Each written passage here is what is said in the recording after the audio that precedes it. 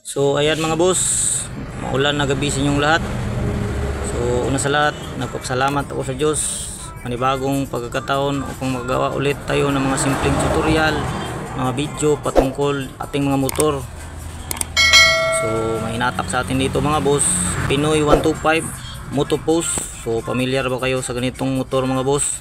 So ang problema nito mga boss, sabi ng may-ari is kurap daw yung headlight. So bago na daw yung battery. So ganun pa rin. So para maniwala kayo mga boss, papakita natin sa inyo kung talagang kumukurap ba ito. So paano rin natin.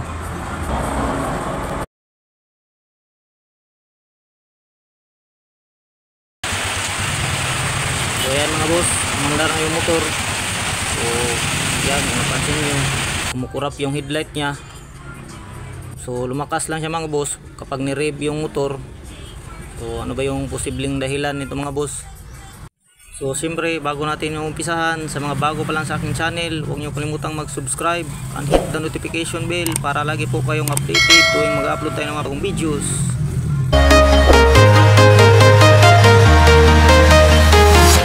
I'm walking alone, the streets are empty. The only thing I can see is my own silhouette. So una mga boss, tanggalin natin yung upuan at saka yung tangke. Kasi mga boss, sa Pinoy 125 Motopost or 155 Motopost, magkatulad lang sila. So ang headlight nila is may relay. So kapag yun ay nasira or sira na, so ang mangyari mga boss is kumukurap talaga yung headlight. So saan ba matatagpuan yung relay ng ating headlight mga boss? So sa ilalim ng tangke yan nakalagay. So ito siya mga boss, nahulog na. So dito yan nakalagay mga boss, ilalim ng ating tangke. Pasensya na kayo mga boss, na-skip kasi yung video natin. So ito yung wire ng ating headlight relay mga boss. So may 4 na wire siya. So may makita kayong color green. So ito yung negative. Tapos may blue na may lining na puti. So yan naman yung supply ng ating headlight. Then yung black wire, yan yung accessories wire for 12 volts. Then yung isang wire or pang-4 na wire is yung kulay violet. So yan man yung positive ng ating ilaw. So ang gawin nyo mga boss, yung black wire ng ating relay or wire ng ating relay at saka yung violet, pagsasamahin nyo. So ganun lang yung gawin nyo mga boss. So kasi mga boss, mahirap maghanap ng relay nito.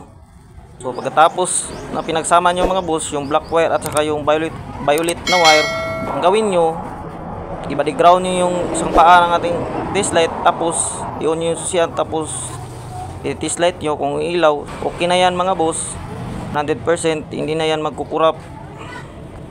So ulitin ko mga boss, sa mga Pinoy 125 Motopost or Pinoy 155 users, so para sa inyo itong video na to. So tip ko lang sa inyo, kung kumukurap yung headlight nyo, so ang gawin nyo mga boss is yung black wire at saka violet na wire ng ating relay socket. So pagsamahin nyo lang, so okay na yan mga boss. So try natin mga boss kung okay na ba yung ilaw nya or headlight nya or hindi na ba kumukurap. So on natin yung susian.